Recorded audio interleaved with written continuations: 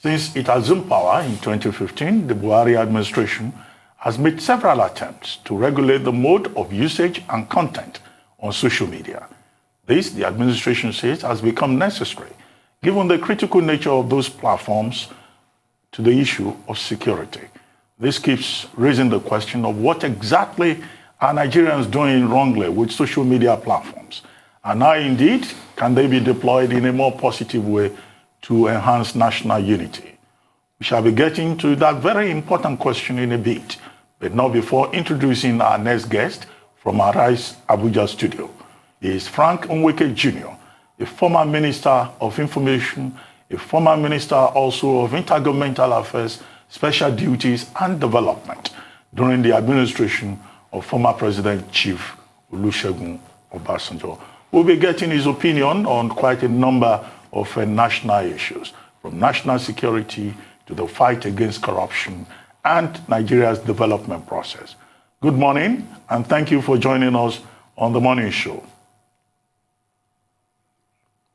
Good morning, Dr. Abati. It's good morning. To be here. Thank you for honoring our invitation. And I apologize for what happened earlier at the Abuja end, but we're good now. You know, we can kickstart the conversation. Very well. Thank you. I'd like to start off with two developments. Yesterday, the president of the African Development Bank, Akinwumi Adesina, was cleared of all wrongdoing, that have been alleged, presented against him, first by a group of staff, and later that matter was referred to a panel led by Mary Robinson, and now we're told that the process was good and that the ethics committee did the right thing by clearing him of all allegations in the first week of June. The second development, which is also in the papers today, is the endorsement of Dr. Ngozi Okonjo-Iweala by former UK Prime Minister Gordon Brown. And of course, you must have been following the story of the Director Generalship of the WTO with Dr. Ngozi Okonjo-Iweala as our candidate. What are your thoughts on these two recent developments? Well, thank you so much, Dr. Abati. Again, it's good to be here. Well, I am very, very delighted. I was very delighted, rather, to, when I received the news of this exoneration of Dr. Akinwumi Adesina. I've been following the developments at the bank since those allegations were leveled against Dr. Adesina. And I'm particularly sensitive to him because, apart from an excellent personal relationship we have, I also think that he's a worthy representative of Nigeria and also a worthy representative of the African Development Bank. I'd followed his career, both as Minister of Agriculture and then later as President of the bank. And with every sense of responsibility, I think that he has discharged himself equitably there. He's really, really distinguished himself in what he's done there. So when those allegations were leveled against him, I was very worried, even though I was very clear that it was a clear witch hunt. I had the privilege of seeing his responses. I'd followed developments at the bank.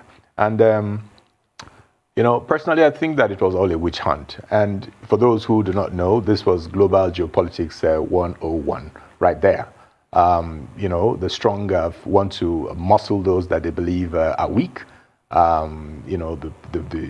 bigger ones want to bully those that they feel are weak. And that was exactly what we saw playing out there. And they want to have their way at all cost.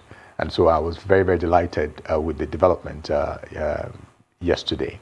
Of course, Dr. Ngozi Okonjo-Iweala, she has my very, very best wishes. She's one of our best and brightest, one of our best global exports. And if she emerges as the Director General of the World Trade Organization, I think it would be a very, very important development for Nigeria.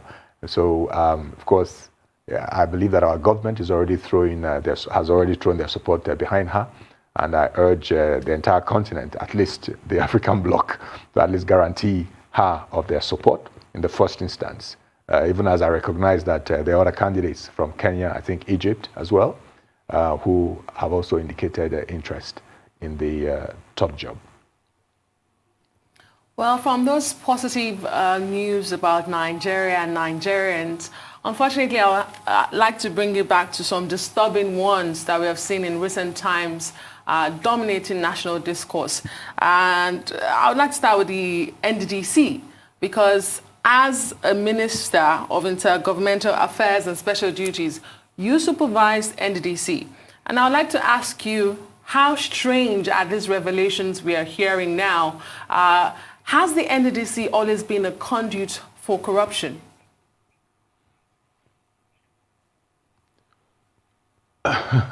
Well, well, for me, I mean, you know, seriously speaking, I am as embarrassed, I'm as scandalized as most citizens of this country are on developments at the NDDC. And yes, I had the privilege of superintending that organization or supervising that organization when I was minister. And I want to assure you that there was absolutely nothing like what we have currently. And there was a comment I made on another interview last week. And that comment was to the effect that under the Obasanjo government, these kinds of actions, these kinds of developments, these kinds of things could not possibly play out, because whether as a minister or whether as the head of a parastatal, you had to think twice before you contemplated such action. You really, really had to really decide that you didn't like your job anymore, or that you were ready to face the music, before you could undertake this. But more importantly, the circumstances were just not readily available. Why do I say this? I say this for the reason that there was the due process initiative of the Obasanjo administration, and both at the federal level, both ministries, parastatals, and even some state governments actually embraced this initiative on their own. And so the processes were there, things had to be advertised, so the entire nation was aware of what was available, and only the best pricing, only the people who could offer the best services were allowed to do these jobs. It was novel at the time, and it saved the country a whole lot of money. What was the other issue? If you look at the act establishing the NDDC, there are a lot of regulatory mechanisms that are in place. There was something that is called the Presidential Monitoring Committee. This Presidential Monitoring Committee was independent of the management of the NDDC, and they were expected to undertake continuous visits and supervision of the management of the NDDC, the contracts they were issuing, the execution of these contracts. And the PMC, or the Presidential Monitoring Committee, would then issue quarterly reports to the minister. It was these reports that I would analyze as minister, verify what I needed to verify, and make a report to the president on a quarterly basis. And so the circumstances were not even conducive for you to undertake the kind of, undertake the kind of malfeasance, or for you to, really undermine the institution in the way that we have seen recently. But something else that I want to say, as regards what is now happening, and that is the issue of leadership at every level. Leadership of the NDDC. Who are the people that you've had here in the last, say, 12 years, for instance? Who are these people? Where did they come from? What is their background? Was the background suited to the management of such an important agency of government? It is something that we need to look at. It should not be a place for, political jobbers. It's not a place where you settle people. It cannot be used as a place where you go to get slush funds. No. And that is part of the reason why we have what we have. I'll tell you something else that was really important when we had the privilege of supervising these guys. And what was this? The kinds of financial regulations that we had in place. The financial regulations put in place at the NDDC were, I think at the time, put together by KPMG. KPMG also undertook audits of that organization on a regular basis. Subsequently, you had organizations like Deloitte and Touche. Subsequently, you had organizations like Accenture. What has happened to all these people? These are some of Nigeria's most reputable firms. And so when they would put their names or signature to any audit report, they knew what it meant to do so. So what has happened? How come we've abandoned all of these processes and then, to allow people to really turn the place into some kind of some kind of ATM machine, a political ATM. So these are the things that are there. And that was not the case when I was minister.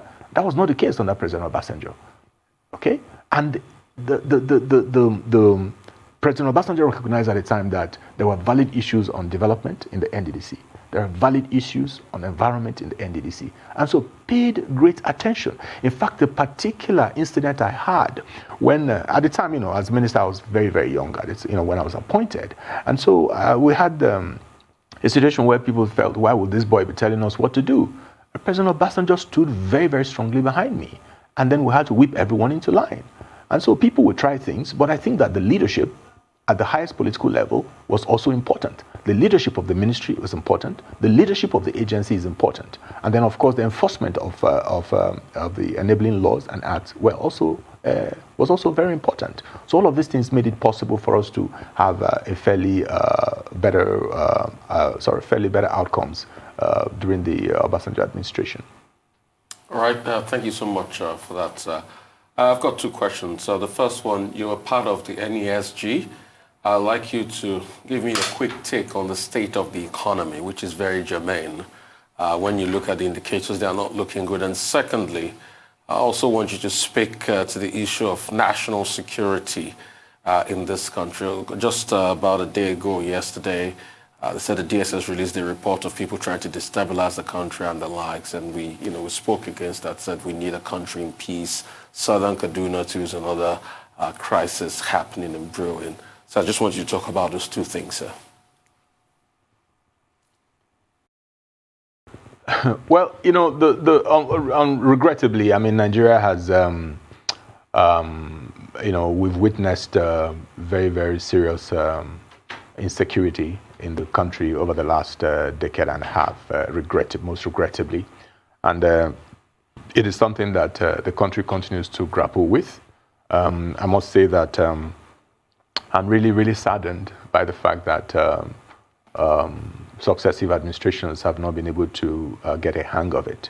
And even under this presidency, in spite of the assurances of government, the realities on ground are very, very different. And I'm starting with this issue amongst the things you enumerated because, listen, you can't even talk about this economy without security, okay? And security is the primary responsibility of government. And of course, government has responsibility for the security of lives and property. And it is when they feel secure, it is when investors feel secure, it is when people are able to move freely, it is when goods and services can move freely, that of course you can talk about any kind of economic development. And so I doubt very much that we can really, really rev up this economy in the way that, given the capacity of the Nigerian economy, without really, really arresting the state of insecurity in the country. And more importantly, we're aware that unlike in the past, when it appeared to be concentrated in a part of the country, northern Nigeria, there's been skirmishes in Taraba, there's been skirmishes in Anambra, there's been skirmishes in Benue State, skirmishes in Kogi State, even in my own state, Enugu, there have been skirmishes in Lagos, whether it's cult activity, whether it's the herdsmen, whether it's just communal clashes. All of these things are there, and then they aggregate to really constitute very, very serious, serious situation of insecurity. And what's something else I'm going to say is, the statement you referred to, by the Department of State Security. Well, that's the reason they were set up, okay, to gather intelligence and to really preempt the kind of insecurity that they have warned the country about. And having obtained this intelligence and then preempted it, then of course they have a responsibility to move. And if there are people who are known to be behind these plans, of course the right thing to do would be to go after them and then to expose them. Okay? And then the way you manage some of this information is also important. You don't want to spread information in a way that will also create panic or that will also heighten the sense of insecurity. Perhaps if, for instance, the Department of State Services and the other their sister agencies had, you obtained this intelligence and then preemptively strike and then get those people and then expose them, I think it would be more helpful. It would be much more helpful. in the management of, in the restoration of security in the country. Now, on the matter of the state of our economy, well, we do know that even in the best of times, okay, especially over the last decade, the economy has been shrinking. The performance of our economy has really slowed down considerably for a number of reasons. Of course, there was a global economic recession in 2016. And then, of course, Nigeria slipped into a recession at the time. And then, of course, we came out of it. And then the COVID-19 pandemic struck. Now, so this is not peculiar to Nigeria, but it affects countries like Nigeria because of our dependence on oil. Okay? And, it was really funny because at the onset of this, the COVID pandemic, I did, and then, of course, you recall the news about the fall in the price of oil to almost negative territory. And some of us were deeply, deeply worried. You know why? Deeply worried because Nigeria doesn't have to be in this situation, okay? It's been clear to us in our entire history that, it is unwise for us to continue to depend on oil as the main driver of economic growth in our country. And so, regrettably as well, even as we recognized it through policy statements, in terms of implementation, we've not been able to achieve the kind of diversification that Nigeria has the capacity to achieve, and which would have helped to win Nigeria of its dependence on oil. So for me, this pandemic provided a very significant opportunity for us to really rethink our economic development strategy, diversify away from oil into technology, expand our service offering, expand the value chain of agricultural development, and really train our youngsters to really, skill up in a way that makes, our labor force very, very competitive. But no sooner had government, of course, expressed its intention to do this than things appear to, start picking up. And so we saw a government again, appear to reverse its deregulation of the downstream sector. I remember, there was that clear statement by the NMPC at the onset of the COVID-19 pandemic that government was taking its hands off the pump price of regulating the pump price of the premium motor spirit, and then and other things. But more recently, we were aware that government has again come back and said, no, this has got to be the price. We can't achieve stability in this way. We can't achieve economic development in this way. I'm one of those that are very much against subsidy. Subsidy as a tool of economic management is okay, but where you direct the subsidy to makes all the difference. Now, should we continue to direct subsidy into the petroleum sector? My answer is no. And this is a position, I don't speak for the Nigerian Economic Summit Group, but it is the position that most economic players, most think tanks like the NESG has advocated for over 30 years for over 20 years of its existence. And so I hope that our country and our government embraces the opportunity that is being provided under this COVID situation to really diversify this economy significantly and then win Nigeria of its dependence on oil. You were Minister of Information at a time when the social media in Nigeria had not yet become as established and as aggressive as it is now. Your successors in that office and other persons who have had to manage information for government have had issues with the social media, both locally and also in the diaspora. Now, if you were to advise people managing government information process at this time with regard to the social media, what kind of advice will you give them? Because what we see is an adversarial relationship between government officials and social media information.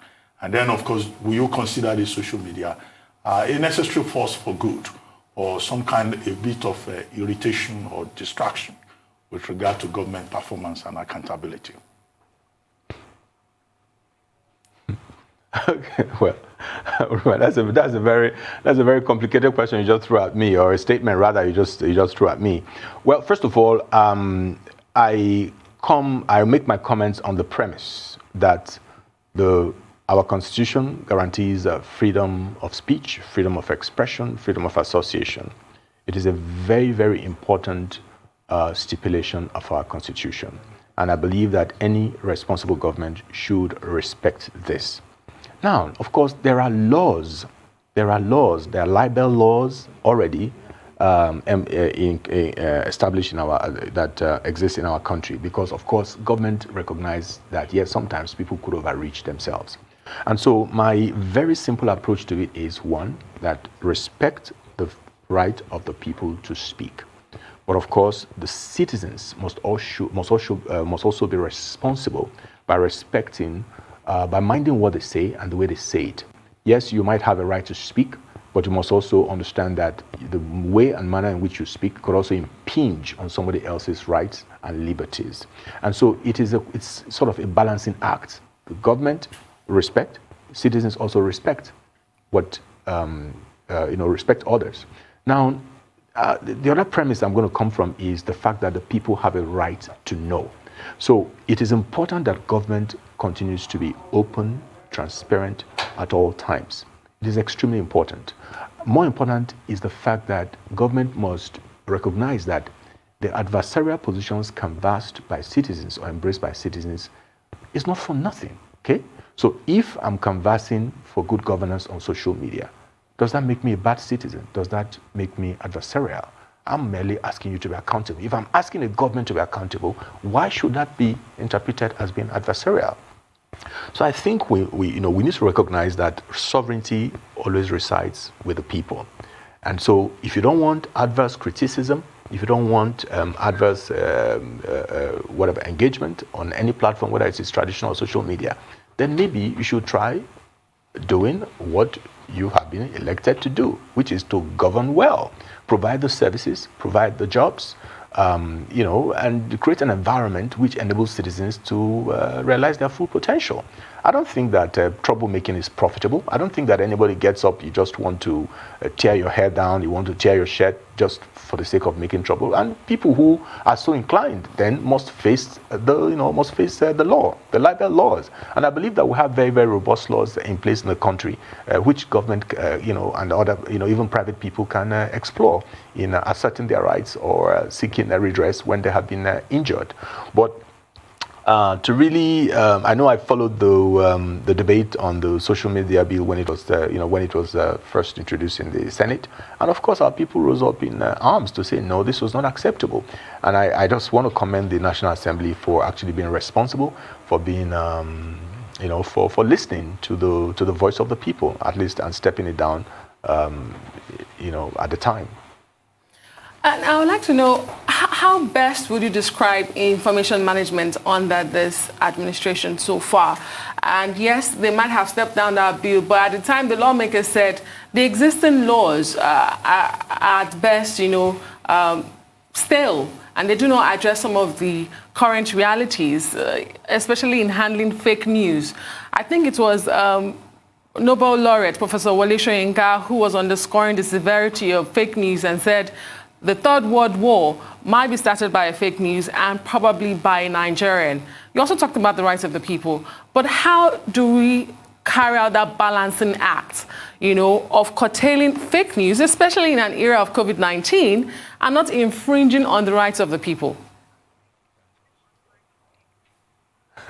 But that's a tough one, right? Fake news is not peculiar to Nigeria, and I think that people must sort of show responsibility in the way that they forward unverified news, and they forward information that lands on their phones. Now, for me, even though I had no background in journalism when I was appointed Minister for Information, but I think that that exposure really, gave me some very unique sensitivity to news items. And so there are instinctively, if certain things landed on my phone or certain things were brought to my attention, instinctively, I could even just say, listen, this doesn't make sense. I could question the source, question the content, question the meaning and things, and of course, not everyone may be so inclined, but I believe that this is where perhaps the National Orientation Agency could come in. The National Orientation Agency, unless it has changed now, is still under the Ministry of Information.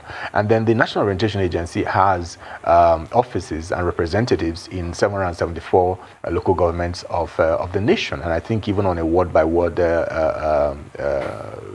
basis, I believe that this is where they need to really come in, because fake news can cause death. Fake news can cause riots. Fake news can actually cause major upheavals. And the government cannot tire in really communicating the need for responsibility on the part of citizens, cannot stop, or cannot tire to really engage the partnership of citizens in managing information. So if you approach it from the perspective of, listen, this is a partnership, it's not something government can do alone. What is a government without the people, and what is a people? What are a people without the government? You must approach it as a partnership. If you come at it as from an adversarial perspective, I think you're going to have problems. So the times in which we are, whether you're looking at it from the COVID situation, whether you're looking at it from the perspective of insecurity, whether you're looking at it from the perspective of even the situation of our economy, what is needed is partnership. Partnership between the citizens, partnership with between the citizens and government. Okay, government would have to recognize that without the people, there's no basis for the existence of government. It's got to be recognized, and the citizens must also recognize that, listen, having elected government, we must also respect our officials. We must show decorum in engaging our public officials. We must show decorum in even airing our views. I think like the conversation we're just having a civil conversation. I have my strong views on a number of issues, but I believe that these views can be communicated in a very civil and decorous manner. I think that way you probably be in a better position to get the attention of government or the agencies of government that you may be directing your comments to. Right. You were touted as a trailblazer when you became one of the youngest, if not the youngest minister thus far in this country, at about the age of 36. And you were also in the Ministry of Youth Development. What would you say is the future of the Nigerian youth in this day and age where all we hear about is hush puppy, internet fraud, but there are still some shining examples among Nigerian young people?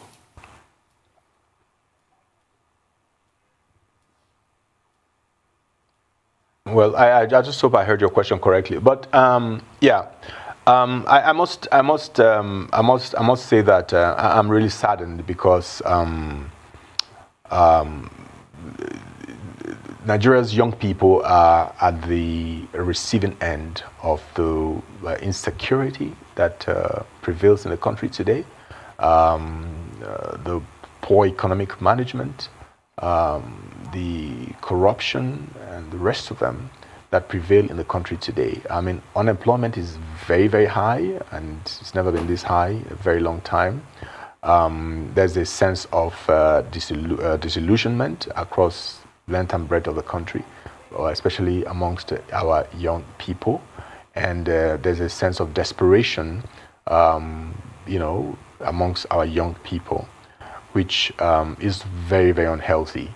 And I think it is this desperation that has driven a lot of our young people to seek greener pastures in Europe through the most dangerous routes or means.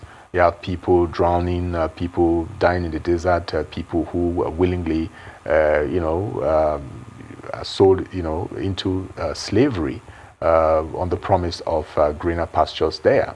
And of course, the people who remain here, I mean, listen, I have cousins, I have brothers, I have sisters, I have members of my community who, some of them have been out of school 5 years, 7 years, they've never worked. They are now from their 20s, they're going to their 30s. There's a strong sense of disillusionment. And this is me, and I think that what I say is not peculiar. It's probably the same for some of you even interviewing me on this program. I'm sure you know people, maybe relatives or friends and associates who are very keen to to be productive, but the entire environment just makes it very, very difficult for them. But let me also note very clearly that there are some initiatives that the current administration has put in place, like Empower amongst other initiatives in the agricultural sector. I know that the Ministry of Finance has also rolled out a couple of other initiatives to really reach out to youngsters. We commend them, we commend government for this, and say, listen, more can be done, much more can be done, and more should be done because of this, to really bring down the level of desperation amongst Nigeria's young people. Another thing, you made reference to hush puppy, and I couldn't think of anything more scandalous for our country that a citizen of Nigeria was arrested, and then when the story around that arrest and the activities of the young man and others before him, perhaps not as celebrated as hush puppy, it's really, really scandalous. A situation where one individual scammed almost 2 million people. Now, these are the kinds of things that inflict terrible damage on the image of Nigeria. And since then, I'm sure you may also have seen news reports about, job advertisements where Nigerians, where they state that Nigerians may not apply, or where countries who have reviewed visa policies because of the activities of one person. Now, what do I expect? It is important that the Nigerian government should push back against such generalizations, such characterizations. Yes, any individual who has undertaken criminal activity should be arrested and punished with the support of the Nigerian government. But a situation where the government does not even react, when because of the criminal activity of one individual or a few individuals, the entire nation is painted with the same brush, it is not acceptable, because there are millions of Nigerians out there who have done great things, who are doing great things, who are worthy representatives of Nigeria. Another dimension I'm going to bring in is this. There's a saying in my place that no matter how hungry you are, you cannot eat raw yam. If you do that, well, if you live to tell the tale, good for you. What do I mean? That I believe that the difficulties that we face is still not enough reason for our young people, or for even Nigerians of other ages, to embrace a life of crime. Yes, we recognize the situation is tough, is there, but please, we cannot, embracing crime should not be the solution to it. And this is where I want to call on parents to really please continue to do all you can to help our young people manage their circumstances, manage their emotions, and then continue to work hard to see what comes up and how they can make a good life for themselves in spite of the prevailing circumstances. I believe that responsible parenting is very, very important to the to changing the values of our youngsters.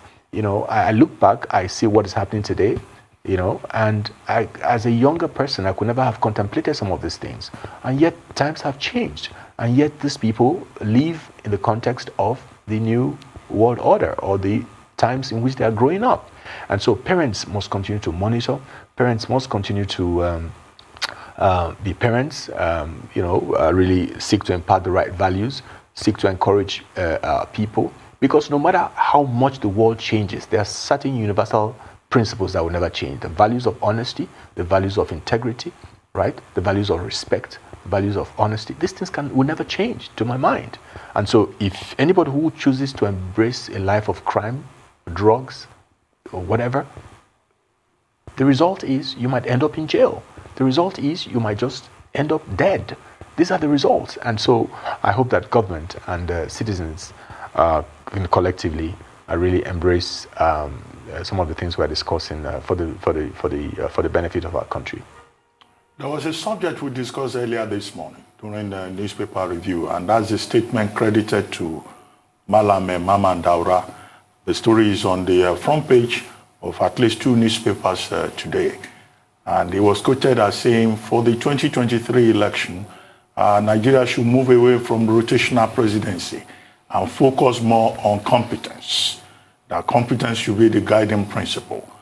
But there have been responses from the Arewa Consultative Forum, from Afenifere, and other concerned stakeholders who are saying, no, we should still keep to zoning and rotational presidency, and that this is not the time to suddenly remember that competence is important. Now, I mean, you've been chief of staff, you've been minister, You've been, you also ran for office yourself. You wanted to go to the Senate. Now, what do you think? Do you think that the time has come now for Nigeria to focus more on competence rather than geography or what they call a gentleman's agreement?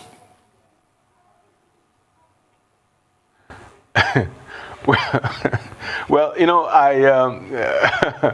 well, Dr. Abati, well, first of all, what the statement credited to Alhaji Mamandara is an ideal situation. It's an ideal situation, okay? And if it's not just, if we're talking about competency, embracing competency in our country, it's a very good idea, but my own position is that it should not be just for the presidency.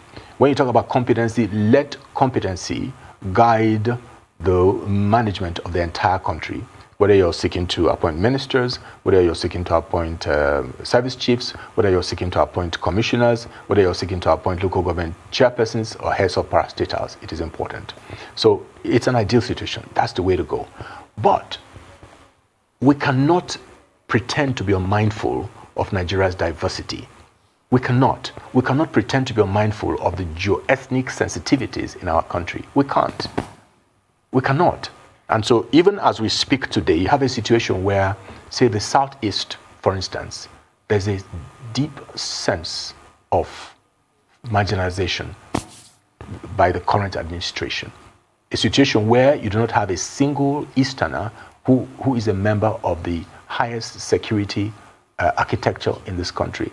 A situation where, you know, you look at federal parastatals and you're asking yourself, what is going on, right? So there is no sense of balance, in spite of the fact that there's a Federal Character Commission, in spite of the fact that there are stipulations in our constitution that actually encourage the recognition of this diversity in our country today. And so I believe that it is important that every part of our country be given a sense of belonging. Okay? No part of this country must be made to feel as though they are second-class citizens or they don't belong.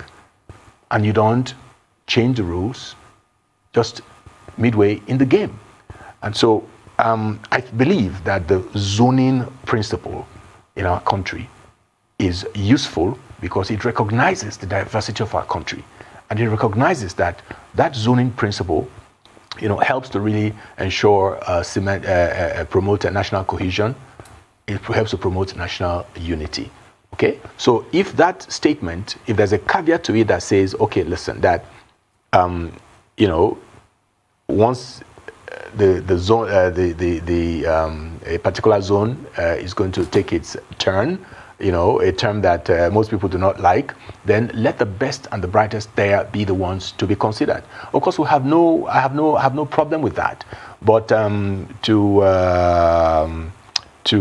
throw that thing openly like that without any further qualifications, to my mind is, you know, it's probably not the best. But in an ideal situation, that is what it should be. That is what our aspiration should be.